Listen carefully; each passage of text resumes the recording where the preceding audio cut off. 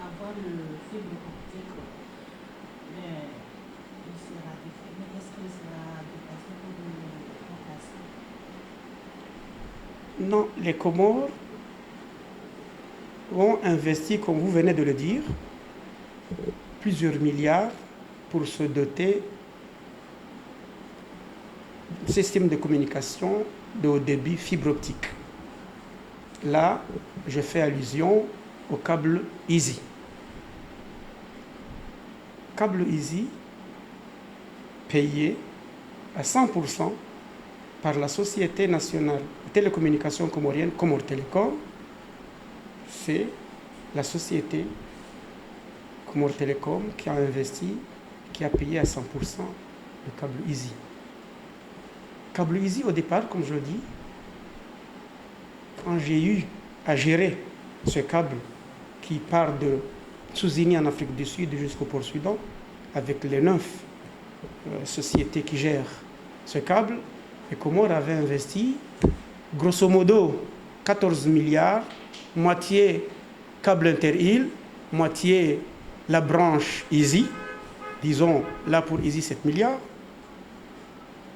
C'est un investissement qui a coûté cher à l'État, bien sûr, mais ça valait le coup. Parce que 99% des communications passent par le câble, passent par la fibre optique. L'investissement que les Comores investissent pour attendre un retour d'investissement. Et comme vous le savez, le câble a une durée de vie de 20-25 ans. Et pour investir plusieurs milliards, par nos business plans, on estime qu'au bout de 15 ans, il fallait amortir le câble. Et à l'heure actuelle, 11 ans après l'investissement, 11 ans après la mise en application du câble Easy, jusqu'à maintenant, il n'y a pas l'investissement approprié. Cela veut dire que les Comores utilisent des télécommunications de haut débit, grande qualité, sans pour autant avoir les moyens de les payer. Mais c'est l'État qui s'en est chargé à travers Comore Telecom. Comme je l'ai dit tout à l'heure, les équipements, les investissements que réalise Orange, c'est une société française, SFR, société française, ou la société sud-africaine, ou Intem, ou les sociétés saoudiennes, ou émiraties, ce sont les mêmes équipements, les mêmes investissements. Mais eux, ils ont beaucoup de consommateurs. Quand on parle de 25 millions de consommateurs à Madagascar, 25 à 30 en Afrique du Sud, 70 millions en France, eux, ils peuvent se permettre d'espérer un retour sur investissement. Parce que ce sont les consommateurs qui payent le câble. Malheureusement, ici au Comores, moins de millions de consommateurs, quel que soit le prix fixé, mais très loin, on ne peut pas amortir. C'est comme le câble des Comores, ou les câbles des Comores, c'est comme des autoroutes non payantes. Alors qu'il faut des autoroutes. C'est comme des autoroutes non payantes, mais alors qu'il faut des autoroutes. Donc, deux options, ou deux concepts. Est-ce qu'on arrête, on n'investisse pas dans les télécoms, vu qu'on n'a pas suffisamment de consommateurs pour amortir l'investissement, ou il faut investir? Moi, je ne dirais pas un mal nécessaire.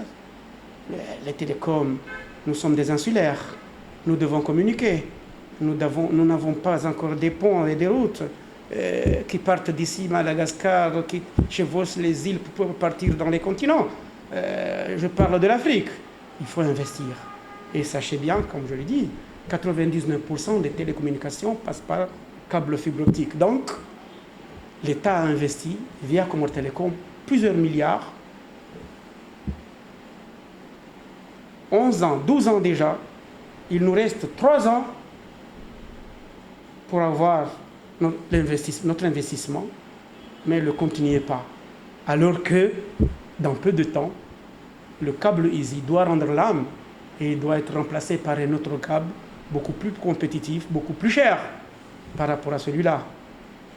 Donc, je veux dire que, en ce moment, les Comores via Comor Câble, se prépare pour entrer dans l'aventure True Africa, câble plus puissant, beaucoup plus mondial par rapport au câble régional Easy, qui sera le remplacement, je veux dire True Africa, qui sera le remplacement du câble Easy. Comme je viens de le dire, est-ce qu'on stoppe ou est-ce qu'on investit? On ne peut pas se couper du reste du monde. Il faut investir, malgré le fait que le câble Easy n'a pas été rentable pour les investisseurs comoriens, je veux dire pour l'État comorien. C'est comme l'autoroute, je viens de le dire, qui n'est pas payant, mais il faut le faire. Sinon, les Comores seront coupés du reste du monde.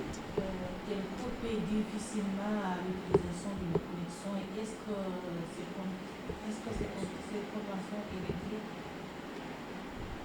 Comme vous venez de le dire, et je le dis souvent, pour la fierté des Comores et des Comores Télécom, Câble Easy, c'est financé à 100% par Comores Télécom, qui est géré actuellement par Comores Câble. Et l'ironie du sort, c'est que Comores Télécom achète sa capacité auprès de Comores Télécom, alors qu'il est l'unique investisseur de ce câble. Mais pour qu'il y ait un deuxième opérateur, il a fallu créer Comores Câble. Je l'ai dit et je le répète souvent, pour que les deux opérateurs soient à égal traitement. Parce que Comores Télécom, la philosophie ne pouvait pas avoir des câbles, utiliser et vendre de la capacité à son concurrent.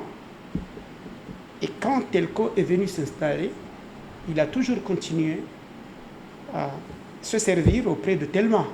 C'est-à-dire, le rôle de Comores Câble, c'était d'ouvrir la vanne et de faire passer Telco pour aller acheter sa capacité auprès de Telma. Mais l'État comorien a corrigé le tir, a décidé que Comores Câble est le seul, devait ou doit être le seul, l'exclusivité de la vente de capacité aux Comores, puisque la loi le permet. Et Telco est venu signer un contrat d'achat de capacité de 5 mois. Et au bout de 3 mois, il a interrompu le contrat. N'empêche que Comores Câble a continué à fournir, croyant qu'il allait revenir pour signer un autre contrat. Au bout de 2 mois, comme il ne signe pas un autre contrat d'achat de capacité, donc nous avons fermé les vannes. Parce que si on continue à donner de la capacité gratuite à Telco, et que seul Comores Télécom continue à payer, vous voyez les déséquilibres. Hein? Donc à ce moment, Telco n'achète plus de la capacité auprès de Comores Câble. Il a ses chemins, ses voies, ses issues propres à Telco, mais il n'est pas client de Comores Câble. Seul client de Comores Câble en ce moment qui achète le haut débit, c'est Comores Télécom. Le backbone national, moi je ne peux pas entrer largement dedans parce que je peux vous le dire que le pays, ce côté-là, les Comores sont bien dotés. Hein. Parce que quand je le compare à plusieurs pays africains ou plusieurs pays européens,